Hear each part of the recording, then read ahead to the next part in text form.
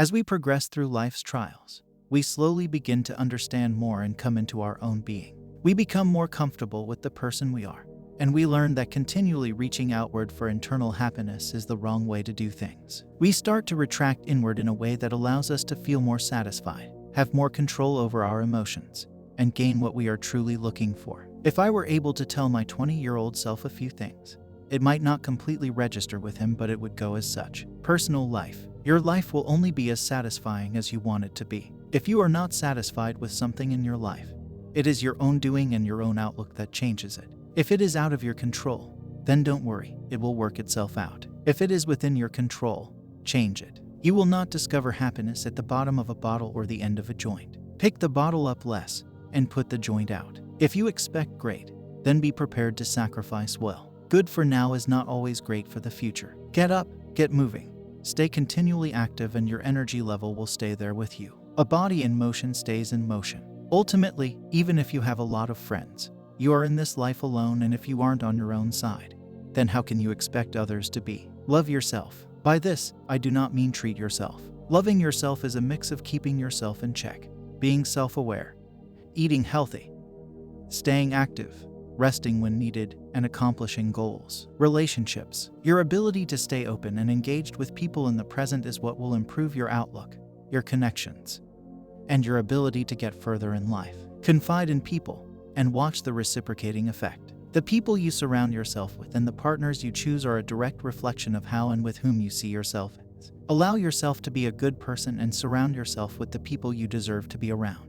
You should be the average of your 5 best friends. Any more or any less and you will not get ahead or feel as if you are capable of doing as much in this life.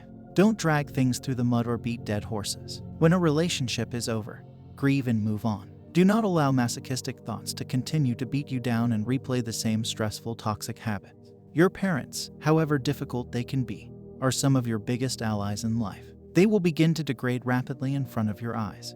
Don't wait until it is too late to express your gratitude for them and develop a relationship with them. Professional. You are not your job, but your job can be your link to your livelihood. The amount of money you make is like a shovel to dig you out of the hole of dependence, lack, and feelings of inadequacy. It is not all about money, but pick a career path that allows for a healthy amount of satisfaction, work, life balance, and income. When you pick a career path, be resolute in your decisions. Stick with it in the difficult times, and the good times will be great. Your ability to make people feel good is how you will be judged in your path. Everything boils down to how your coworkers, your clients, your customers, your partners, and the public feels about you. Make them feel good, and I promise you will feel good too. Learn more about emotional intelligence and how it affects your personal and professional life immediately. Continue to read and write as much as possible. Produce twice as much as you consume. Financially, wealth is not about how much you make. It is about how much you save.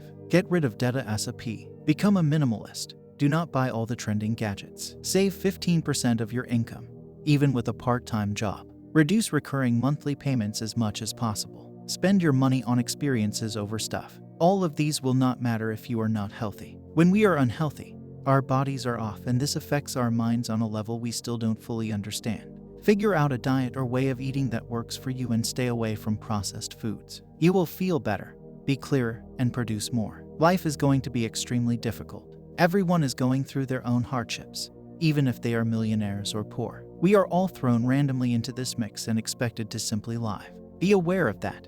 Everyone is living their own challenges, and we do not know their struggle. Be grateful for the own hands you have dealt with, and be understanding of others due to the simple fact that we do not know them. You will go far with some ambition, understanding, sympathy, and a lot of grit. If I could go back to my 20s, there are 3 things I would do very differently. 1. I would focus much more on my health, in particular sleep and exercise. I slept 5 hours a night for most of my 20s, and I'm paying the price now. And I didn't start exercising until I was 35. So I would tell my 20-year-old self to take much more care of his body. 2. I would changes that I would have invested more in my relationships. I would have spent more time with my friends and family. The idea of taking time to hang out with people seemed like a luxury. Now, looking back, I regret the time that I lost with them. If I could do it over again, I would be much more intentional with my relationships. 3. If you see a megatrend, you should jump on it, because when you feel like there's a clear opportunity,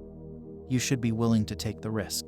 There are times when it makes sense to jump off the edge of a cliff, and when it's one of those times, you should just do it. Being more willing to take risks is my biggest piece of advice. What I didn't realize in my 20s, but I ask myself now, is what's the worst that can happen? If you're not going to die, take the risk. As a bonus, my career advice for any 20-year-old now is to spend your 20s acquiring the following core skills: problem solving, teamwork, communication, project management. Independent of what you do, whether you're an engineer or salesperson, these skills will be critical to the rest of your professional life. The easy way to pick them up is to go work for organizations like McKinsey and Google, which have good structures, practices, and training in place to help you acquire those skills. Even more importantly, find exceptionally good mentors to learn from.